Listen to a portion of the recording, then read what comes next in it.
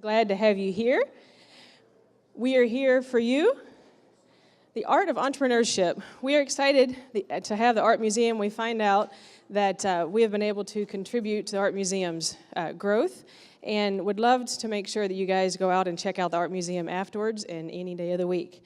So, moving forward, these are our organizers. We have Philip Baird, Craig Jameson, myself, Deb Bellotti, and Jonathan Putnam. Also, our incredible sponsors, Brick and Mortar Coffee. They have coffee for us every week. And Database, they are our premier Apple sponsor. Glad to have them as a part. Springfield Art Museum and Spark Creative. Please connect with us. And you see Twitter Fall on the right. And we are happy to announce Vacation Rental Technology. Glad to hear what they have to say. Please welcome them. How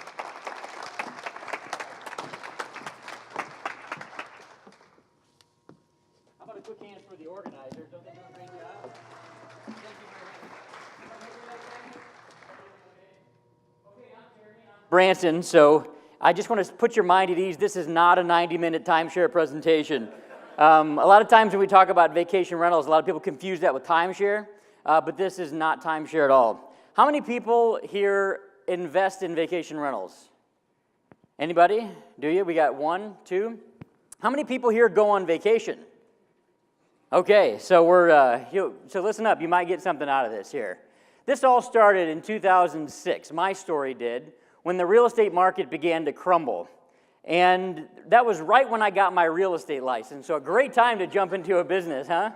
Well, I decided that I was really going to go for it, but by 2008, when things got really, really bad, you can kind of see on this graph, I mean, things were really, really bad in 2008. I had only closed 4 deals that year, and I had gotten a second job to help get myself by. My wife had lost her job, and about 2 weeks after she lost her job, I found out that I lost my second job. And it was rough. And then my wife told me that we were pregnant, basically, the day I lost my job. And so I thought, okay, I've got 2 choices here. I can wallow around, or I can do one of 2 things. So I refused to buy into the mentality that the sky was falling. I refused to wake up every morning and say, there's no possible pathway to success. And I forcefully resisted the false belief that money and opportunity were rare. So I landed on Planet Vacation Rentals. The established agents had already cornered the REO market, and everybody else was freaked out. They were canceling contracts left and right. Buyers dried up. Actually, and the buyers that did exist were walking around with a gigantic red pen slashing prices left and right. But vacation rentals was a really unique industry that broke out in a bad economy, and I'll tell you why in just a second. It's cheaper to stay in a place when you pool your resources with your family. And people aren't going to stop vacationing, right? Everybody needs a vacation. You're just going to vacation smarter. You know, you can prepare your meals in the home instead of going out for every meal. And it's more fun to vacation with family and friends, right? I guess it depends on who your family is. But it's usually the idea of vacationing with family is a really good thing, right? That's what I should say. So 10 years later, I'm one of the top 6 real estate agencies in Branson. I opened up my own place. And last year, we did over $6 million in vacation rentals. That's not our total volume. That's just vacation rentals. I learned this market. I cornered this market because I wanted to own this niche. I now have 7 agents working with me, and I wrote a book on vacation rentals. I own them. I manage them. I sell them. I've had the privilege of being a part of over 200 real estate transactions regarding vacation rentals. You can get this book on Amazon or Create Space. And I show people that normal homeowners can rent out a 5-bedroom, 3-bath. Let me back up and say, in a vacation rental situation, a homeowner can rent out a 5-bedroom, 3-bath for $350 a night, as opposed to $1,600 a month in my market. So instead of $19,200 per year in annual income, I can show investors how they can, with the exact same home, earn $52,500 in annual income off the exact same property. And so I created a manual for business owners who wanted to get into this market on how to do this. We started here by taking luck out of the game, and we give them a proven model. And we created this company called Vacation Rental Technologies, and our flagship product is the Vacation Rental Profit Playbook. It's a product that we sell for $1,500 because the market is growing for this. 37 million nights rented on Airbnb, and that number is expected to increase to 129 million nights this year, and that doesn't even include VRBO and HomeAway. I pre-sold 2 copies of this Profit Playbook in October of last year for $7.99 to see if anybody was interested. I just kind of hit my email list, and then bam, I got two buys from it. I promised them I'd deliver it in January, and I did, and once January came around, I increased the price to $9.99 and sold 4 more units. So then by February this year, I increased the price to $14.97. I sold 3 more, speaking to just small groups: Springfield, Branson, Columbia, anywhere, just kind of regionally where anybody might have interest in vacation rentals. Basically, and we also did 1 webinar to a real estate investor association. We sold 1 at the $14.97 price to somebody I'd never met, and then I had a huge aha. We've been invited to real estate investor associations to speak. We're going to Houston, we're going to Kansas City, we've been to multiple cities in Florida, and we're starting to really show people how they can take vacation rentals, and especially investors, and get higher rates of return on those than they can with just normal long-term rentals. But I have a problem. I don't like to travel without my family. Those Cialis commercials really work. See what happens? So what are the next steps for my company, right? I don't want to travel. I love my beautiful wife, and I love my kids. I want to stay home with them. So we decided, my business partner and I, to break up the playbook into smaller parts and move to online sales and webinar sales. Instead of traveling to Houston, we're doing a webinar for the Houston Real Estate Investor Association, and we want to grow our list with free opt-in information. How many people have heard of Frank Kern or Ryan Dice, the digital marketer? Great stuff, isn't it? That's fantastic stuff. So we're following that model, and we're going to nurture our list with free content, with videos, and we're going to break up that $1,500 big ticket price into smaller $19, $199, $399, and $699 price points to try to get people slowly into our tribe. So the big aha is that we're moving our business model from a platform speaking, the Frank Kern, to an information marketing business model. And just as I'm almost at the end here, just as a really cool thing, one of the cool things that we're offering for free to people, there's 2 main questions that people ask when they start a vacation rental business, and one of them is, what do I name my house?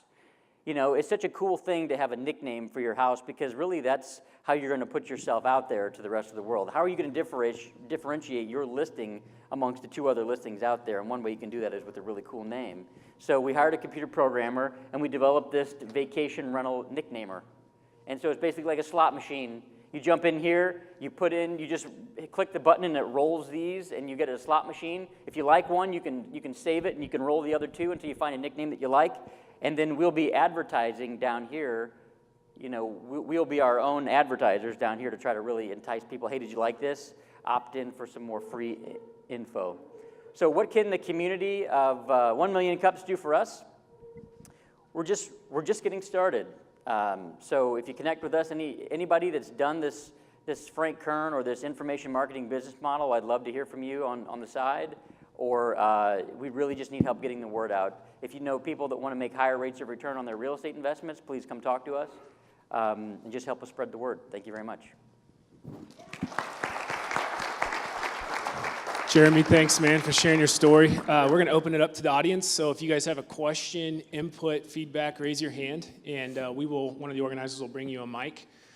Jennifer will point at you when it's your turn to ask your question, and we will go from there. So, question up here in the front. Real quick, I have a question for you regarding who is your team on this specific project? Do you have people focused on marketing, digital marketing? Well, right now, it's me and Brad Mancato. How many people know Brad Mancato? He's a partner in the Real Estate Investor Association. He and I are the owners of the company, and we are both kind of visionary leaders. And so one of the challenges that we face is having somebody that can actually take our ideas and put them into practice. Because right now we're doing that, but as most of you know, a visionary leader wears out quickly, when doing that. So we've actually brought Emerald, a lot of you know Emerald. She's really helping us out with some of our marketing. There she is over there. If you need help marketing, she's fantastic. Yes, she Facebook wizard. And her husband, Tyler, who is a fantastic web designer. If you guys need any help with web design, she can tell you or how to find him. So that's our team right now. Great. Question on the front row. So if I was ready to buy a vacation rental property, do I need to buy the book, or can I just come talk to you and work and you help with that process? It's up to you. It depends on how you like to jump into a business venture. You know, some people like to get educated first, and if that's the case, you know, you can buy the product. But of course, I've always made myself available to everybody, you know, most of the time. And one of the reasons why we started this Vacation Rental Profit Playbook is because as a real estate agent, I wanted to serve my clients at the highest level by just giving them this information for free. And I did, and the selfish reason for that was that I knew if I helped them succeed, they would come by the next year and buy another property for me. And they did. But I'm getting to the point now where I've got so many agents and so many responsibilities that I can't be available to everybody all the time, so I'm trying to leverage that knowledge and do this. So, but you know, I'm not a famous guy, so I'm of course happy to help anybody. I'm happy to talk to anybody at any time. That's great. Go ahead. So I actually have 3 questions. Okay, great. Let's start with question 2. Okay, right. So number 2 is, I saw that you had your forward in your book by Ron LeGrand, Yeah. so I'm familiar. How is it that your program then, what you are offering, is different from some of those other real estate investor training programs and how you buy and sell and all of that? I realize it's rentals versus, so tell us a little bit about how that's different. Sure. Tell us a little bit more about how you landed that first sale. Where did that email list come from, and how did you get that set up to even talk to someone to land that first sale? And then I forgot the third question, so maybe I'll have to ask you later. Okay, you might think of it. I'll start with that. I have a very short-term memory, so I'll just start with those 2. Okay, good. So our first email list came from the local Real Estate Investor Association. You know, we were able to kind of get the contact list from those people, just since they already had a relationship with Brad, and I'm a member of that association. So there was kind of a built-in trust factor there. I mean, they trusted to pay us money and then deliver the product a few months later. And so we did that. Those people are used to education. You know, most real estate investor associations all over the country are used to having speakers that come in to provide education, and oftentimes they have a product that they offer. Not everybody buys them, but sometimes they do if they have an interest in them. And like Ron LeGrand talks about specifically how to buy properties with no money down, you know, how to find, you know, how to make big money in big chunks with just by finding great deals in the market, how to do sandwich lease options, how to do creative real estate deals. The cool thing about our product is that, you know, Ron LeGrand teaches the meat and potatoes of the real estate industry, but we provide the cake, you know. And you can do all of the things that Ron LeGrand does, and you can do all of the things that you learn in any real estate class and just apply all of those to vacation rentals. You can buy REOs, you can fix and flip a vacation rental, but we can show you how to do it with no hold time costs. You can do you know, buy and hold strategies, and we can show you how you can earn higher rates of return with your buy and hold strategies with vacation rentals. So basically what we like to see is that you can layer what we do on top of what everybody else does and just increase your education. I like that analogy for the cake. That's great. I remember my third question. Okay. So thinking about your team, are you collaborating with and working with specific title agencies? I know sometimes the paperwork is a little different, and other agencies like Equity Trust and people that have self-directed IRAs for real estate investment. As the company of Vacation Rental Technologies, we haven't started that yet. I feel like people like Ron LeGrand are doing a much better job of that than we can do, and we're really trying to stay focused on just vacation rentals. But I mean, I do have clients in my real estate business that do use Equity Trust, and we have a lot of people that you know, that we do business with that are using self-directed IRAs to buy vacation rentals. But so many other people provide great education out there. We decided we just let them do that. Great. We've got a question in the back. On. How did you get to the $52,000 per year on the 5-bed, 3-bath? Well, okay, so basically, how much time we got? I can do this in 20 seconds. Is that enough time? I think you can manage. Okay, so grab a calculator, and everybody just take, you know, $1,600 times 12 is what? $19,200, basically. That's what you could get off of a short-term rental. That's the most money that you can earn on a short-term rental, right?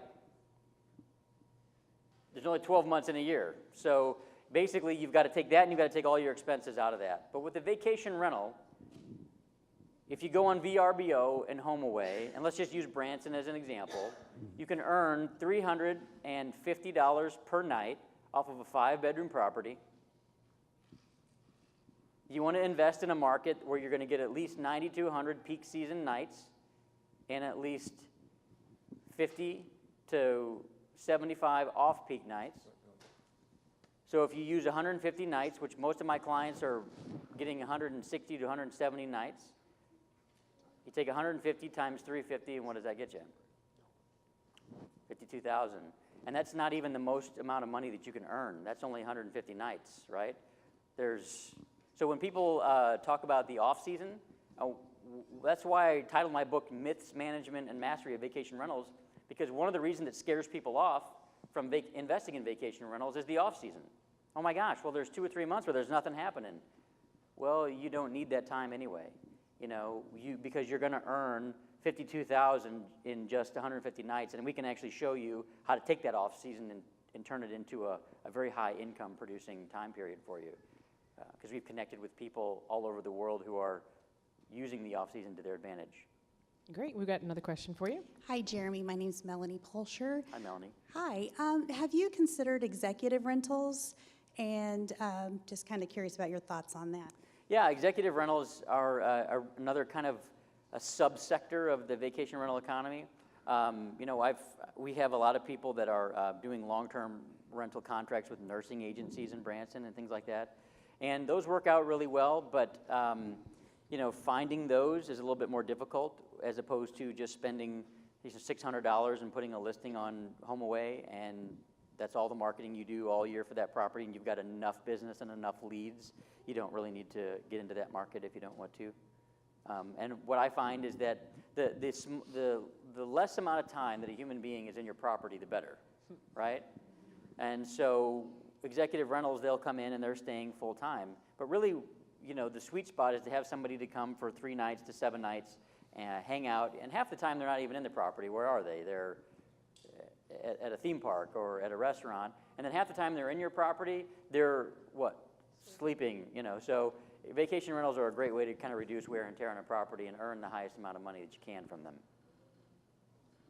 Very interesting. We always love stories, and as an entrepreneur, I love to hear how a business started. I love your story about your daughter and how that sparked. I cut that out in Sure, order of time. why don't you tell us? But yeah, when I talked about in my slide how, mentors kind of come along at the right time for you, and you refuse to buy into the mentality that money is rare. Well, I was taking my daughter, it was 2008, and it was one of those mornings where you're driving your kids to school and just things aren't going right, and you're trying to keep a stiff upper lip for your kids, you're like, you don't want your kids to say, Dad, what's wrong, It was a really rough time in my life, and I was driving my daughter to school, and she said, Dad, I have something very important to tell you. And I'm like, well, what is it, honey? They have a discipline kind of thing in her kindergarten where if you lose a point, you start off the year with a certain number of points, and if you lose a point, you kind of go down and down, and they use that to kind of keep the kids in line. And she said, Dad, I lost a point yesterday. And she's a real good girl. She hates disappointing you, and she hates disappointing her teacher, and she was really affected by it. So I saw this as a dad, an opportunity to say, okay, let's teach this kid about real life, I'm like, well, honey, that's just how it is, You just have to follow the rules in life. If Daddy doesn't follow the rules, let's say, for example, I drive too fast, I'll get the consequences. She's like, well, what are the consequences if you drive too fast? And I'm like, well, I'll get a ticket. Well, what does that mean? Well, it means, in the spirit of good honesty, I was like, well, it means Daddy, you'll have to hire a lawyer and pay a lot of money to get this ticket fixed. And she's like, Dad, that's not the same thing at all. Money is not rare. If you spend that money, you can just go out and make more money. She goes, if I lose a point, I can never, ever, ever get it back. I just thought to myself, what a brilliant child, And it's that mindset that just, it changed everything for me. And so anyway, listen to your kids. They've got great things to say. Yeah. Hey, let's talk real quick about risk, right? So, it's easy to lay out a really positive picture here. No money down, get a rental place. You're starting to churn $52K a year. Why not do that times 6? And you got a good living going, right?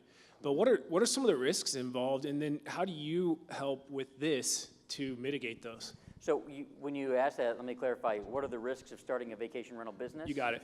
Okay. So, it's just like anything in real estate. Nothing is for sure, right? And if you're going to invest in real estate and take the risks that are associated with that, you need to make sure that the returns are commensurate with that. So one of the tools that we provide in our system, in the Profit Playbook, is a first-year rate of return estimation calculator. And we give you the opportunity to connect with, you can do your own due diligence, right? You can find out what it costs, what all your expenses are, and we can help with that. But you can find out what insurance costs, what average utility costs. You can find out what your marketing costs are. And then you can go to VRBO and you can find out, you can look at other people's calendars, you can plug in values, and we give you an opportunity to calculate all of those on an easy-to-read spreadsheet, which includes debt reduction, depreciation, so that you really get a true picture of your first-year rate of return on that. So the cool thing about real estate is that you actually can estimate your first-year rate of return with pretty good accuracy before you even make an offer on a property. So that's one of the ways we can mitigate that risk. Another way to mitigate risk in this is just knowledge and education, which hence is the reason for the Profit Playbook. Anybody that goes into any business with a step-by-step guide, day by day, what to do on day 2, what to do on day 3, what to do on day 4, with scripts that are proven, so that if you're in a situation, you don't know how to answer a question, you can just flip to the page, go to the script, and we can help you get through that situation.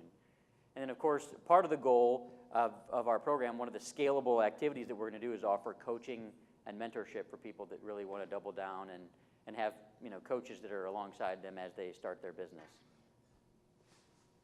Great. We've got a question from Craig.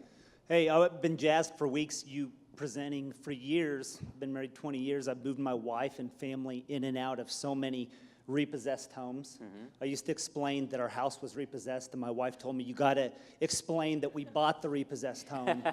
We didn't lose our home. Yeah. But right now, I have a property, and over the years of all these house flips that I've done, Mm-hmm. I've had rental houses, I have flip homes. I prefer flip homes because then a tenant doesn't screw your place up, Mm-hmm. okay, which is probably most people's concerns. I have a tenant, I just moved out, and instead of fixing a sheetrock patch, he put plywood in the wall. And I asked him why, and he said because sheetrock isn't made in that size. And so he just had a scrap piece, and he painted it an off-color brown, and then he taped it with duct tape and painted the duct tape. Oh my. And so, but here's what I'm dealing with right now. This, this was a long-term renter. He's been in there for years. But now I have nobody in there, which is somewhat like vacation rentals. And so now I am, there's going to be times it's open. But I have to mow that yard every week, weed eat it. I have to, do those things to keep it up while no one's in there. I have a lot of clients in the insurance world that have condos that they do vacation rental, but very few do homes that are vacation rental. I mean, I guess if it's bigger, you rent more on the homes, but what's the upside downside of either? It seems like less maintenance on the condo rental. It is, but you're going to pay your maintenance dues. The cool thing about owning a home is that you can do all the maintenance that you would do on a condo, only you direct when those funds are spent, right? If the condo association assesses you for a new roof, you get assessed when they determine that it's time to assess you. When you own your own home, you can repair the roof when you want to. And you should always, it's going to be part of your cost. So if you invest in a 3-bedroom condo with association dues of $250 a month, you're going to about pretty much break even with maintenance on the home and hiring someone to mow the yard and all that. So it's about the same. But I can tell you that the homes are way, way, way more popular and way, way more profitable. And heads and beds is the name of this game, right? In Branson, it's about $10,000 to $14,000 per bedroom that you can earn. And a lot of people, what they don't realize, if you're a property investor, your mindset is how many properties can I buy? It's all about the number of properties that you earn, because with each property, you can earn, monthly income. But with vacation rentals, you need to shift your mindset and realize that it's not about the number of properties you own, it's about the number of bedrooms you control. So you can go out and buy a 5-bedroom property, or you can go out and buy a 3-bedroom property and a 2-bedroom property and earn the exact same amount of income. So the cool thing about that, and this is one of the strategies that we teach, is that a 5-bedroom property, you can go and spend X amount But really, when you go and buy, let's say for $350,000, a 5-bedroom property with, deck to the gills with all kinds of beautiful upgrades, or you can buy a 2-bedroom condo for $65,000 and a 3-bedroom condo for $100,000, and your cash in is way, way less, and your returns are way, way higher. Some people just prefer the houses because they're in demand, and you're not competing with every hotel and timeshare in town, like with a small condo. So rule number 1 of investing in a vacation rental, and I tell this to people all the time, is get crystal clear about the intended use of the property before you buy it. If you're going to use it yourself, factor that in, right? And just as a thank you for having me here, you guys can actually go to Vacation Rental Technologies and download a free digital copy of my book right now if you'd like to. And all of this is in that book, and you're welcome to peruse it for free. Great. Jeremy, thanks for some great information. Yeah, thank and you. if you guys have any further questions, he'll be in the lobby afterwards. So we always like to ask, what can we as a community do for you? Thank you. I think really, since we're so new, is if you know anybody that's interested in vacation rentals or wants to explore that business model, give us a call, connect with us, or just go to any of our social media outlets and get on our list and just connect with us that way and join our tribe. Thank you. Awesome, great, thanks.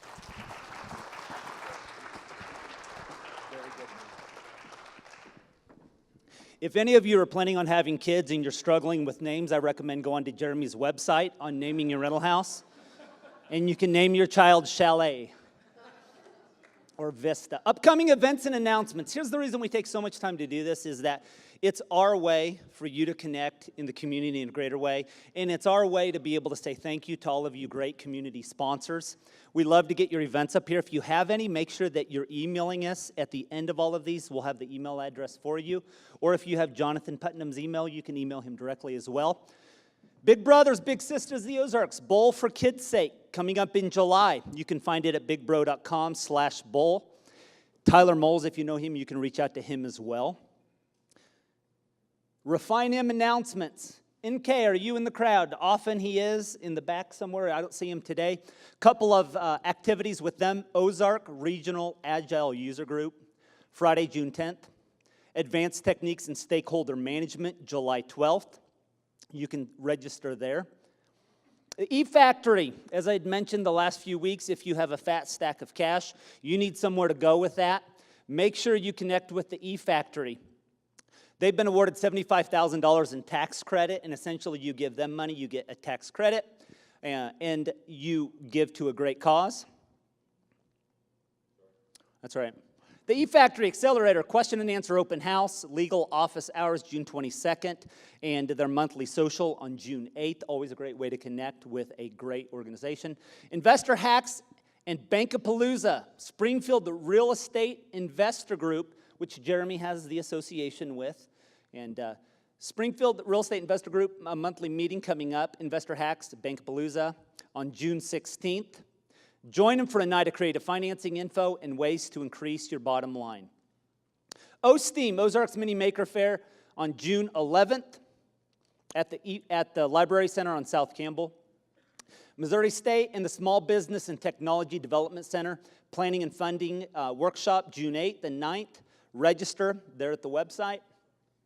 You got an announcement. You can always hashtag 1MCSGF. Actually make it go live during the presentation. You want to join the conversation, of course, just hashtag 1MCSGF with anything you have to say to give kudos to the presenters. So if you have a community announcement, SpringfieldMo at 1millioncups.com, send your logo, your contact info, the announcement. We have a blog, always great content, the refill station. Find and follow us on all social media. Join the conversation on all social media. If you want to present, it's not as scary as you think. 6 to 8 minutes and 20 minutes of question and answer, and you have a chance to get in front of a lot of people. And here's what happens. Our mailing list are thousands of people.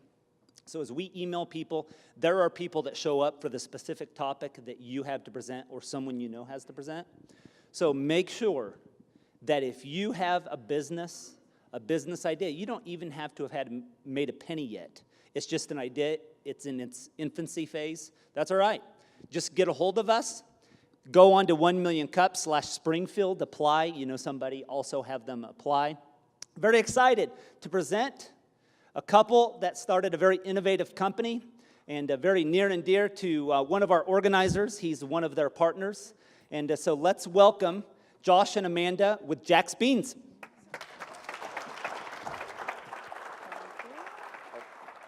You did it, not me. All right, thanks. Good morning. So like you said, we're Joshua and Amanda Jones with Jaaks Beans, and we are a monthly coffee subscription. So does anybody in here think that the best place to get your coffee is at the grocery store? Oh, thank goodness. Okay, we're off to a great start. So we're going to just talk a little bit about our coffee venture. We didn't always like coffee. It was kind of a social thing right out of college. You drink it, you put enough creamer in it to choke it down. You know, that's how it went. Then coffee chains, coffee shops started to become popular. So you just hit the local drive-thru on your way to work, and that's what you did. Then we discovered that whole bean coffee actually tasted a lot better than pre-ground coffee. So that kind of started us on that venture. Then a couple of years ago, we were on family vacation, sitting there, actually getting to enjoy a really good cup of coffee. And we started talking, why is it that we can only enjoy stuff like this when we're not busy with our jobs? Why is it that we have to be on vacation to be able to indulge in things like this? So my husband is the brainchild of this, and he said, why can't the coffee come to us? So with our backgrounds, I'm an accountant, he's a pharmacist. Like, why not coffee? That makes total sense. So I made my career up to this point in mitigating risk. So starting our own business was not something that was easy for me, but he is already an entrepreneur as a co-owner of a pharmacy, so we took the leap and started Jaaks Beans. So there's a few misconceptions of coffee, one being that the access to good coffee is limited by your geographic location. We both grew up in a rural setting. We didn't have coffee shops. We had the grocery store. The second misconception is that you need to be a coffee snob or coffee connoisseur to be able to grind and brew at home. A lot of people are intimidated by coffee.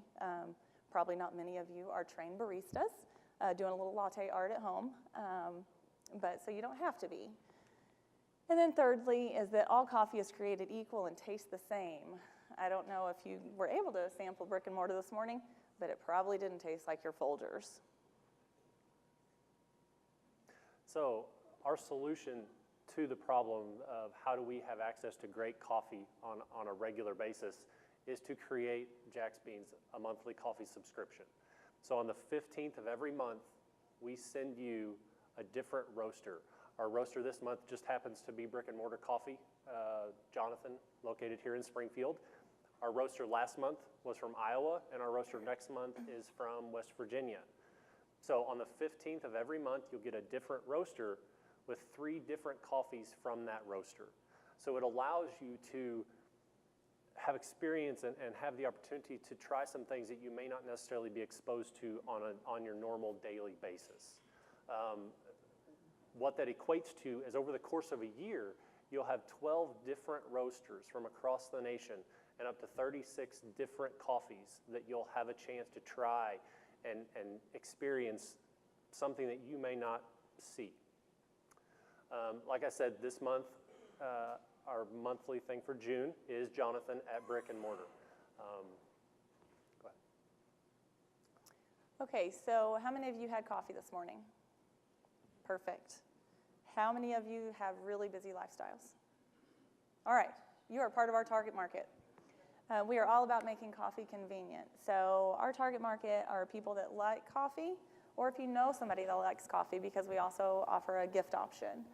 And then we're in the age range of 25 to 55 with expendable income. We don't expect college people to be ordering their coffee and having it shipped to their dorm room or anything like that. As far as competition goes, we do have some. Roasters themselves can be some of our competition because some offer their own subscription option. However, with that, it is strictly their beans, so you're not getting the variety. There are other subscription boxes that some are, they want you to fill out questionnaires, tell what it is that you like. Do you like light or dark, or what kind of flavor profile do you have? And if you're anything like me, you may not know that. A lot of that goes back to that intimidation factor.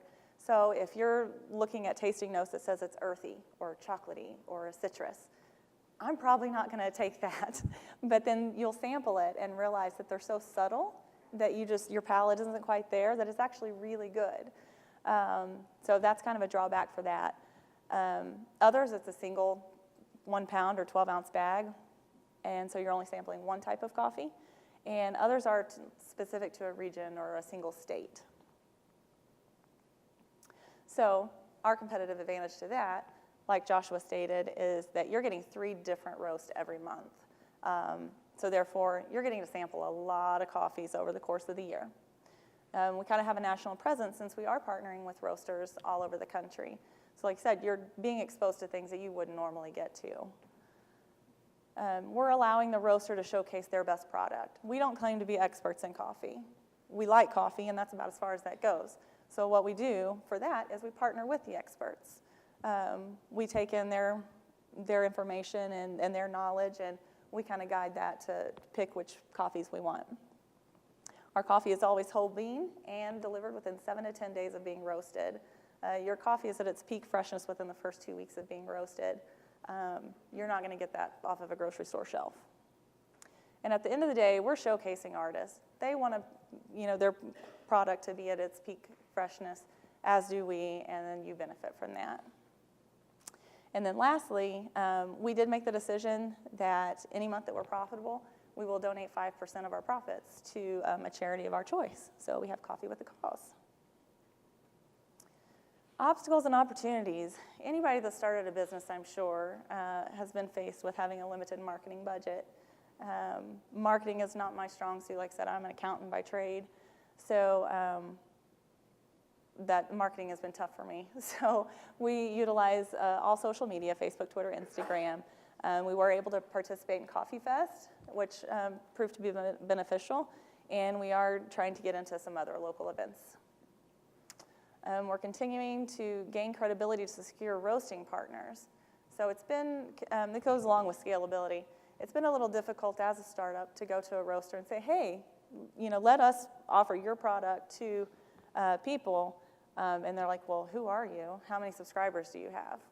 Well, we're just starting up, so we have 5. So if we can get to where we can say, hey, we have 300 people that we're going to put your product in front of for you, then I think they're going to, that'll help us in gaining more credibility and getting some more roasters on board.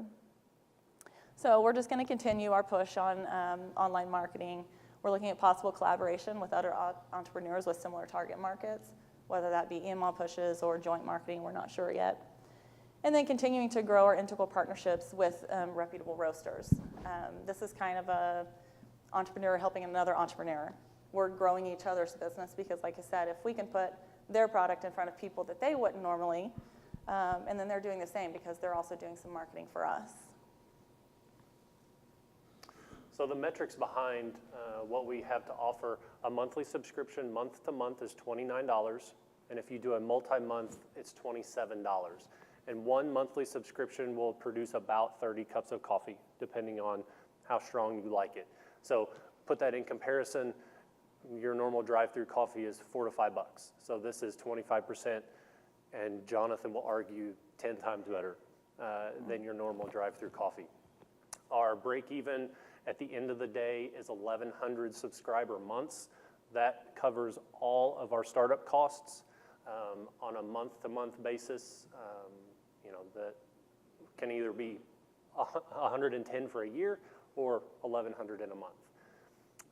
The goals, we would love to have an additional 150 subscribers for our June 15th shipment. Again, that is showcasing Jonathan at Brick and Mortar. So average at the end of the day, at some point in the future, we would love to average 300 monthly subscribers. We've been, as Amanda stated, we've been involved in a couple promotional activities. One was Coffee Fest, which was last weekend, and we offered 10% off of any subscription with the coupon code Coffee Fest. We will open up all 3 of these to you guys today. For Father's Day, we have one built that's Dad's Day, and it's 15% off of that gift option. We do offer a gift option as well. And then for you guys specifically, 1 month free with the 1MC coupon code.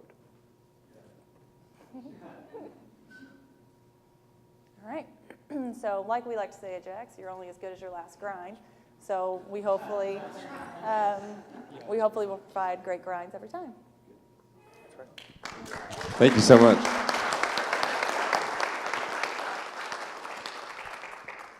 All right, I expect you guys to ask good questions because I've got lots. I've got lots of questions for them. But. Oh, good. Hi guys, my name is Jessie Stone. I have 2 questions, but I'll keep them really brief. One is just I'm wondering what you're doing specifically to grow your subscription list. And 2 is I'm wondering about the mechanism that you use to bill people monthly. Like if I sell on Etsy, people buy through PayPal, they can't be billed monthly for a subscription. So what do you, like what's your nuts and bolts there? Okay, I think I understood or could hear most of that. So to grow our subscriber list, we're using social media currently, and like you said, going to Coffee Fest and things of that nature. So we try to do all the pushes on our social media. Hasn't been all that successful so far. So that's why we're hoping we can get something out of this as well.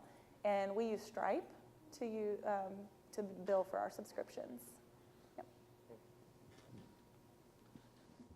Hey, this is awesome. I have a quick point and then a question. Okay. Have you guys thought about doing Groupon or any of those types of things? Yes, I did. I reached out to Groupon, and they said they didn't have a place for us. Okay, keep reaching. It takes time. And then there's lots of different ones, the little sub-Groupons like the KY3 and all that. I think they would be great for something like this because it's not what they buy, it's where they go from there. Okay. So here's my question, though. As an older guy, when I would buy fancy coffee like at Trader Joe's, and I take it home and put it in my crappy percolator, it still came out as crappy coffee. But I know if I put it into a press or something, are you guys going to address taking these great brick and mortar beans and how not to make them crappy when I get them home? You mean like how best to brew them?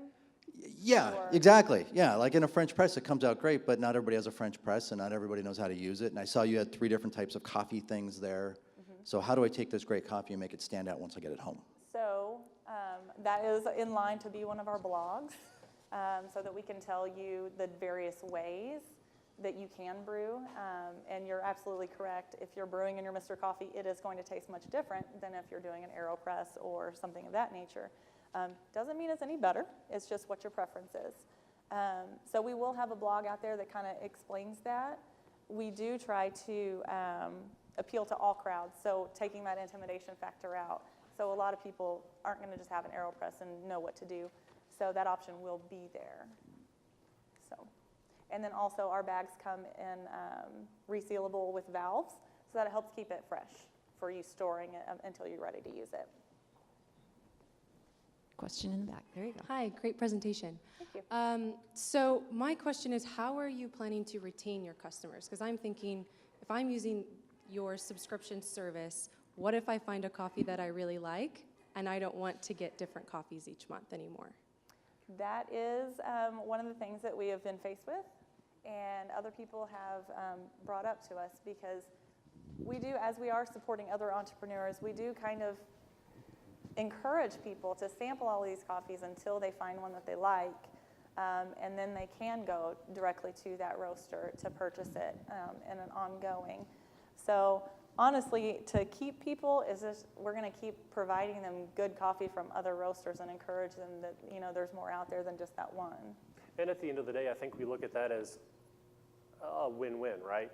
A win for us because we got the subscription for a period of time, and a win for the roaster because obviously our marketing and their product shines. So for me, it's a dual-edged sword kind of a thing, but I look at it as a win-win. Next question. Hey, I'm Vince with Postnet. 2 things. I just texted my wife and said, check these guys out. We're gonna subscribe. So this, I love what you're doing. This is awesome. Yeah. To me, coffee is produce, and the longer it goes from being roasted to being brewed in whatever way you're going to do that, that is time that it can, that the value of it deteriorates. So how long does it take for the coffee to get from your roasters into your bags and to the customer? So we get it to you within 7 to 10 days of being roasted. So we are, roasters will typically ship it either the day it is roasted or the day after, depending. And then it takes 2 to 3 days to us, and then we bag it, or we box it that day and get it back out. So like I said, it's within 7 to 10 days because we do know that its highest peak freshness is within the first 2 weeks. That's correct. All right, fourth row. Yep. Hey, my name's Scott. Great presentation. I have a couple of questions. One is, and it may be premature, but what is your average subscription length? I mean, how long do people stay with you when they subscribe? And number two is, what is the number one reason that they stop their subscription? Well, I'll field that one. And it's kind of hard to answer right now because this is actually month 3. Oh, sorry. So you guys are at the very beginning.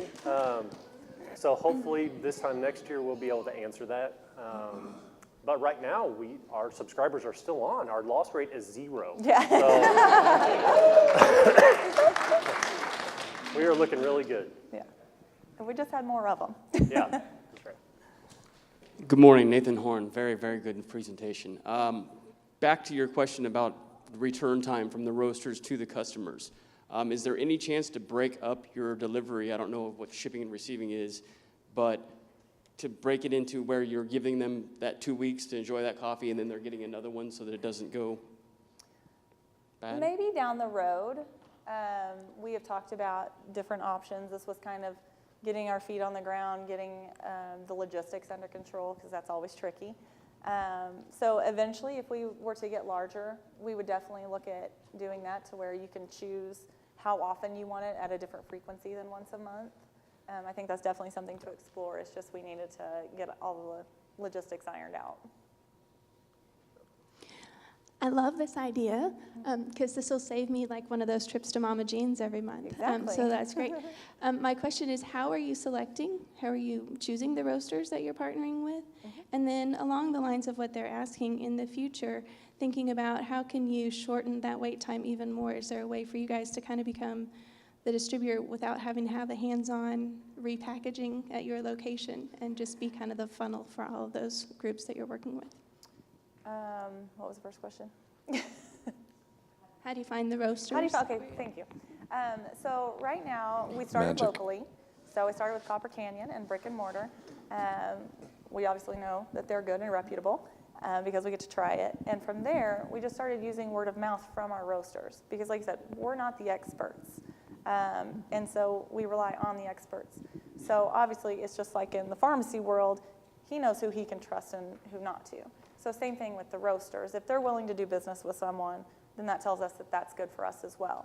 So we use word of mouth, recommendations, and then we do sample all of the coffees that they have to offer and then make our selection that way.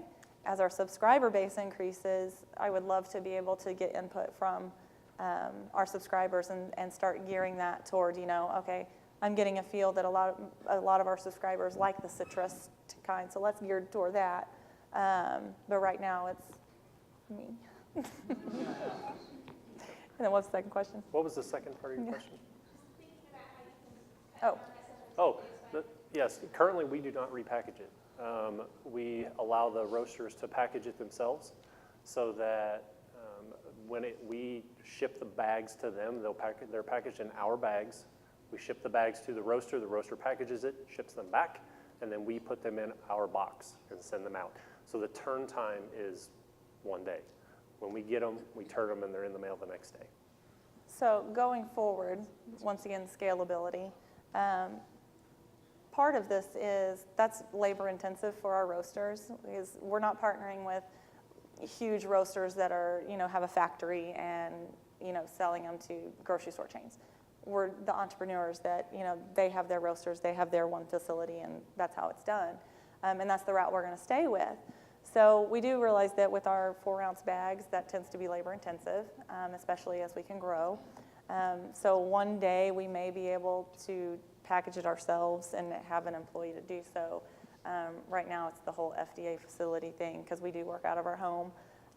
So that wasn't really an option for us to be able to package ourselves. And honestly, I don't know down the road if there was a way for the logistics are tough. Some subscription boxes do allow the roaster to send it out, but it is in the roaster's bag, and it's basically what you get off of the shelf. So we're keeping it more personable. Hi. So you get 3 4-ounce bags? Yes. That was one of my questions. Yeah. And then the other question is, do you intend to never repeat the same type of coffee? So it's going to be completely new coffees ongoing forever, correct? I mean, that's your intention? Yes. Okay. So now I will say, I think some roasters will offer a similar type of roast or use the, I don't know if they'll use the same beans. It's maybe pretty rare that they come from the same exact farm. But every roaster roasts differently. So, and they'll have a different roasting technique. So even if you get the same kind, it's not going to taste the same. But our intention is to use different roasters every time. And then if we do cycle back through, it'll be outside of a 12-month period, and we'll select a different coffee than we did the first go-round. Okay, great. And my last question is, can you go back one screen so we can get the coupon codes there? Oh, Thank perfect. you. Yes.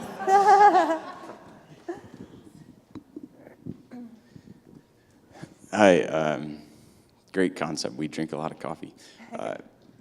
Let's see, my questions were on the due diligence side. So there's obviously a lot of huge companies on the West Coast and East Coast that are doing this. What do you guys think is like your key differentiation besides the variety of not always getting the same beans on a consistent basis? And do you see that changing in time where people, if they start to like a certain genre of coffee or a certain style, would you change that, or is that never going to be a factor? Okay, so how we're different. At this point, I think it's just kind of more of the entrepreneurial spirit. I feel like the ones that are out on the West Coast and things, it's very much a large corporation feel for me. Like I said, we try to keep this personal without it looking like I'm, at home packaging myself. We want it to look professional. But I mean, that's exactly what it is. It is very personal from us to the subscriber. And the second part of the question? Well, I think that at the end of the day, for me, coffee and the coffee culture is at a turning point. For me, it's a lot like the craft brewery scene 5 years ago, right? 5 years ago in the craft brewery scene, there were very few out there. And over the past 5 or 10 years, we've seen them just explode. I mean, we've got 3 or 4 here in Springfield over the past 3 or 4 years. Coffee is at that same point right now. And as long as we keep that entrepreneurial mindset and working with, don't take this comment the wrong way, Jonathan, but the little guys, that's who we're after. We like Jonathan. We like knowing the roaster. We like having that hands-on, care for the beans. That's what showcases the best coffee. And at the end of the day, like Amanda said, when you reach out to these guys on the West Coast or the East Coast, it's almost like you don't have any idea where that coffee's coming from. And when I can pick up the phone and call Jonathan and he can tell me the farm in wherever that coffee came from, that's the kind of care that we want to pass on to our subscribers. And we did try one of those other subscriptions as some of our market research. And it was here's your one bag, and it doesn't have a roast date. So you really don't know how fresh that coffee is. And those are things we want to be as transparent as we can. And and if you want to know what elevation it was grown, then we'll be able to tell you. If you don't care, then great, because we're all about convenience, and here's your beans and enjoy them. Hi, I'm Shelley Walworth with Wild Bunch Farm, and I'm one of those rural folks who are fortunate enough to have a coffee shop in my hometown that roasts and does a great job. So I know what fresh coffee tastes like. I was wondering if perhaps that, maybe working with your roasters to drop ship directly, because you can do the labeling online and things like that, provide them with that kind of stuff, might take some of that stuff off your plate where you're able to go out and actually develop those relationships with the roasters. And it seems to me like that might be something to, maybe I'm wrong on it, but it might be something to take a look at, where they're roasting and they're putting it in the bag, and you're not losing that 2 or 3 days coming to your house and then repackaging and then sending it back out. I think 7 to 10 days is fantastic, but I've also, like I said, I buy my coffee in whole bean from my roaster, and I know what it tastes like the first day I get it, right, compared to the 14th day. Yeah. And that will be something that we can explore right now. I personally have a hard time wrapping my head around what it would take to get our boxes and our bags sent to a roaster. And I don't, we've kind of talked about this. How much do you cut back because it's going to be easier and more cost effective when, because we could go to somebody and say, put it in your own bag. We can, maybe put our label on it. But we chose to go the route of having our own bags with our logos, and the roaster put their label on it. I think you could still provide that to the roaster and still have that kind of detail to it. Even the story, have your flyer, your information for the varietal that you're selling, and how, what elevation, however you want to present that coffee. But I think you would be able to do it. Maybe it wouldn't take them any longer to stick it in your bag and send it out and have it going directly to your customer, as opposed to taking it straight to your location and having to repackage it. I'm just kind of thinking of it from a time standpoint. Right. Yeah. And I think one of the pushbacks that we've seen from some roasters is they don't necessarily want to incur the expense, that shipping expense. Right. So that's kind of what we've done, is take that shipping expense out, and we cover that back and forth to us. Right. And that is a... Well, the other aspect of it is the labor involved. And like I said, we've had some roasters that have chosen not to partner with us because they're small enough that they just don't have the manpower to fill 4-ounce bags. They would rather do it in bulk. So it would be the same thing. Are they going to have the manpower and want to do the manpower of packing all of those boxes and doing the shipping for us? So. It's a labor of love. Yes. Thanks so much, guys. And I appreciate the brick and mortar plug. But you guys should all join, get a coffee subscription for sure. Not just for brick and mortar, but for all the other providers that they have. So the coffee scene is growing a lot, and I've been very fortunate to be able to kind of help you guys. I have tons more ideas from today's event, so if you want to debrief sometime, that'd be great. But we want to end every presentation with the question of what can we as a community do to help you guys? Well, I think we have several things. One, with our limited marketing budget, we're just trying to get a presence out there. So if you want to go to Facebook or Twitter and like and follow us, tell somebody you know, that would be fantastic. Secondly, would be don't let your friends drink bad coffee anymore. You don't know what you don't know. So if they're just in the habit of buying what they can at the grocery store and not realizing that there is something better out there, help them out. And then lastly, like I said, marketing, not my forte. I struggle through it. So if there would be anybody that would be interested in mentoring me, either in growing a subscription base specifically, or just online marketing, social media marketing, something like that, that would be fabulous. Thank you. All right, thanks.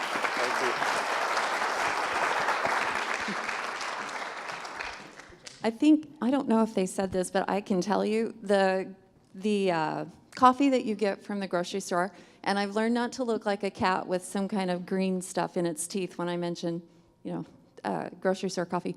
But most of those have been in at least a year sitting on shelf, packaged.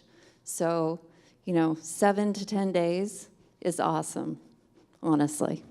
And you can tell a difference. We appreciate everyone coming out here, and I really appreciate Craig, because I talked him into doing the announcements today, because he does such a great job of it and makes everybody sound so interesting and wonderful, and I just read things. So anyway, I wanted to tell all of you thank you so much for coming in today. We really appreciate it, and summer times are really kind of tough for us because everyone's out of school and people are on vacations and things are going on, so I appreciate the fact that we have this many people here. It's growing like crazy, and I appreciate the feedback. These young companies trying to do something different, an accountant and a pharmacist starting a business in coffee, and that's awesome. I appreciate it because it's a tough business to get into. The other thing I want to talk about is Spark Events. They handle our all of the stuff for us, and they make me look good because, they change the scenery for me and the clicker so I don't have to do it, and they make all of our videos look great.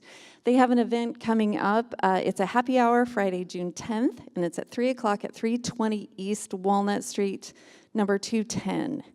So remember, Friday, June 10th at 320 East Walnut. These guys are great. If you guys need anything done, they are the best.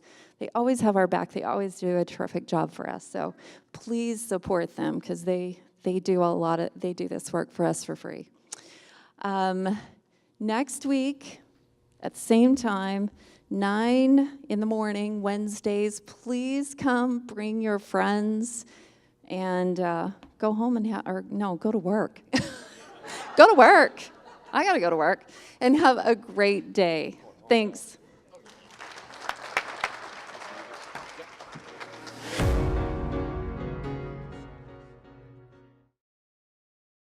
Hey, what's up, guys? We just heard from Jaaks Beans and Vacation Rental Technology. Right here, we have the founders of Jaaks Beans here out of Springfield, Missouri. And just wanted to ask you guys your thoughts on today's presentations. What do you think of 1 Million Cups and the feedback you received? I thought it went extremely well. I thought we were very well received, and we got a lot of great feedback from the crowd.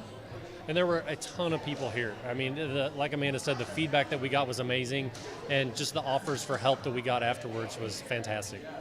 Awesome, yeah, and it's cool that you thought that too, because today was actually kind of a light audience. Normally we have like 2-3 times that many people, but so share with us really real quick, what was that one aha moment where you're like, hey, we need to make this a reality, no more just thinking about it?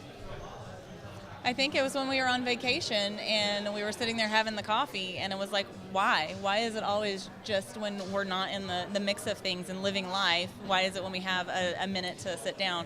So it was, why can't it be more convenient? And it was really Joshua that said, well, we're going to make this happen. You know, I think it'll be easy. Now, it wasn't all that easy, but we backed our way into it, and but it was definitely all of him. Yep. So. Well, and she's giving me more credit than I deserve. It was just that. How can we have this all the time? You know, we have a busy life, and how can we have this more than just on vacation?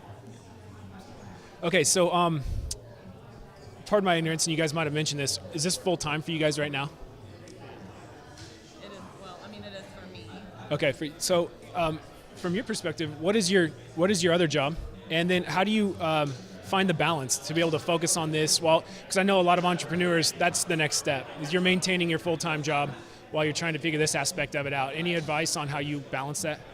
For me, I have the personality that I always like to go. And for me, my mind is always thinking.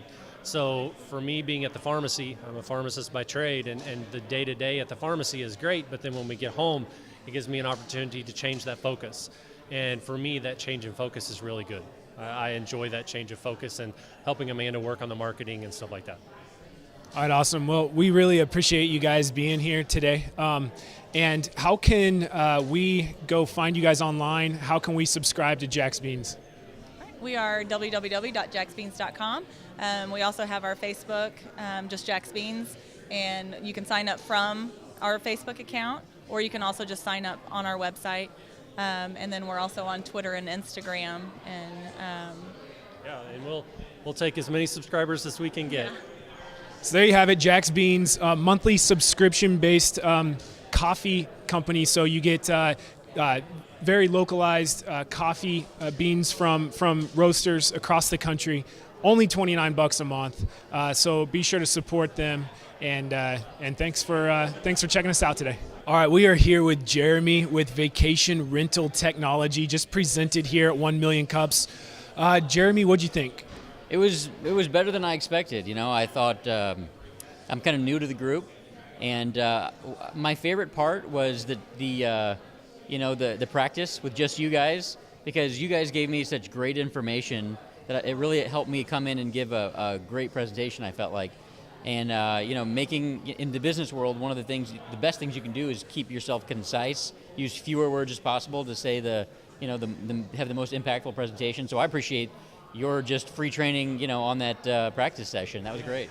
So Jeremy's referencing our dry run. When you sign up to present on a Wednesday morning here at 1 Million Cups, you meet with us here on Monday afternoon, where you present just to the organizers, and we offer feedback. Take it for what it's worth. So it was great. Great questions from the audience, and connecting with some great people afterwards too. So very cool. So I like to ask the question, and I know that you mentioned a little bit in your presentation, but in 30 seconds, what was that aha moment to go this direction?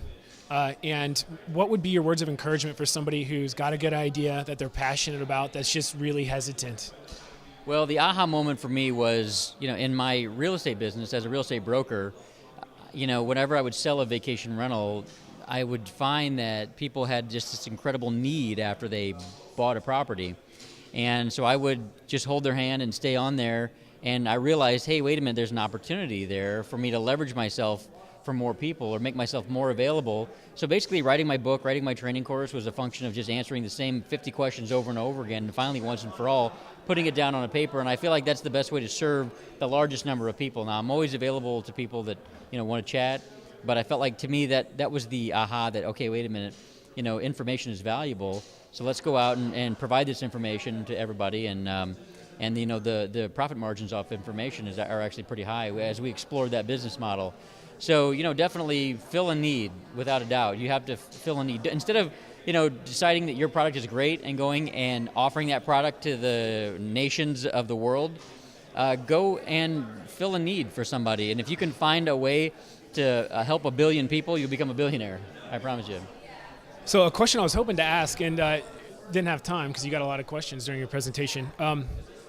What are the hottest markets to own a vacation rental property?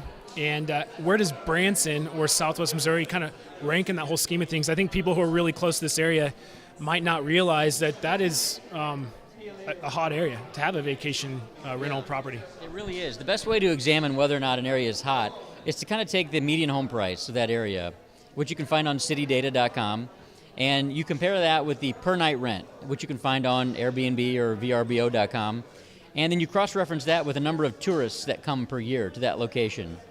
And that's really the best way to find a sweet spot. And the final layer to that is the length of the season, and the number of attractions that people have. In a really long season, in a vacation rental business model, you want to have a long season. And one of the cool things about Branson is that you get Christmas season. That's huge here in this area. That's November and December. That extends your season, and it extends your peak season nights, because you can get peak season rates for Thanksgiving and Christmas and New Year's. So that takes us from 90 to 100 nights of peak season in this area. And peak season nights is where you really start to make your income. So very cool. Well, we certainly appreciate you presenting today. Very insightful information. Remind us real quick where we can connect with you. Thanks. Yeah, you can connect with us on vacationrentaltechnology.com, or you can connect with us on Facebook, or just search any of the social media, Twitter, things like that, and we'll talk back. Right on. Thanks for checking out another week here at 1 Million Cups. Have a wonderful week. Be sure to join us in person at the Springfield Art Museum every Wednesday morning, 8:30 a.m. Go out and make some money. We're out.